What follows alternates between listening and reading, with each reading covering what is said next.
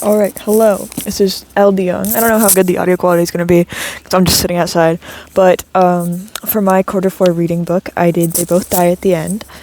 Um, I was originally going to write an essay about compare and contrast, but I realized that A, I didn't want to read the second book or the prefix books or whatever.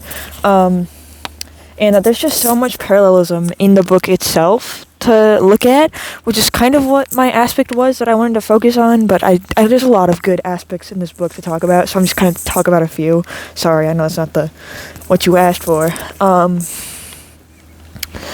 But the book is set in like the real world, but there's this aspect called Deathcast, which they'll call you, and they'll tell you that like in the next 24 hours you are going to die sometime in the next 24 hours, which is like obviously a twist on life, because in the real world we're told every single day to make every single day count and like live it how it's your last, but actually having the advantage of being able to do that and being given the forewarning is crazy. Like you have to actually think about, oh, what would you do if you knew it was your last day? Which I mean, some people do have that in the real world if they like get like a medical thing or stuff like that. But this is for everyone. They don't explain how it happens or anything. It's just a thing that's introduced into the world, which is a very interesting social experiment, I suppose. But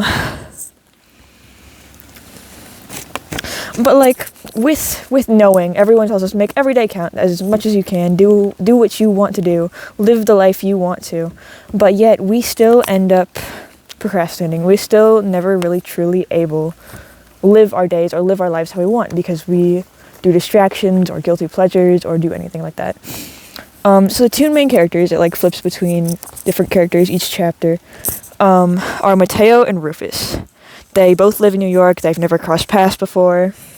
We're just two guys who both got the call early in the morning, and through an app, because obviously if you're living in a society where death is normalized and that you're able to make the fullest out of it, there's an app for like you can meet your last friend. So you have somebody to get you out of your comfort zone and go somewhere with and do all the things that you want to do. Which is really what Mateo, who I think is like the main character and the person who I most related to while reading this book, needed. I really connected with him in this book because he spent his whole life hiding. Like, yeah, I know they're going to call me someday, but they're not calling me today. Today's not my day, so I'm fine. So I'll just sit here and I'll rot and I live my life. And like, he never left his room, which I kind of relate to. He was waiting for someone or something to just push him out of his comfort, somebody to do something with, which this app, which connecting to people is really hard, but since they had like this app to do that, he could. And like I just feel like a lot of people are waiting for the right circumstances, the right thing to happen, the right sequence of events to be able to do something instead of just doing what they want and how they want to live.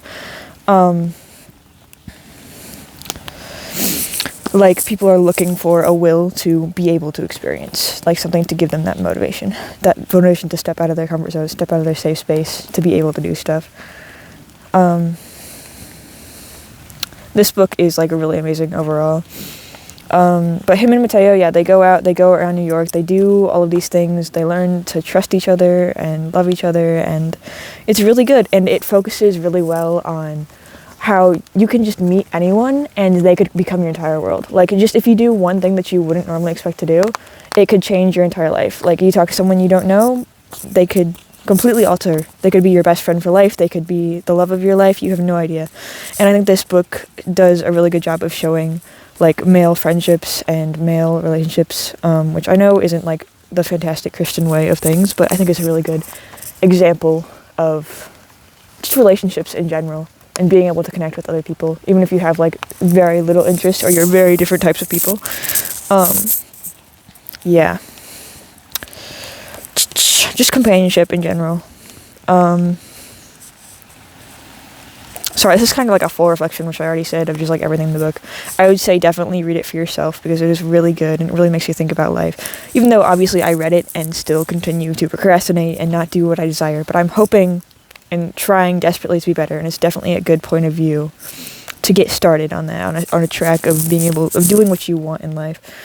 I think like the main takeaway that I got is even though death is coming for us, we still procrastinate. We still push off what we want to do, how we want to live life for the easier path, because in this day and age, everything is so accessible, and yet we still feel more isolated and like we can't do what we desire. And that's all.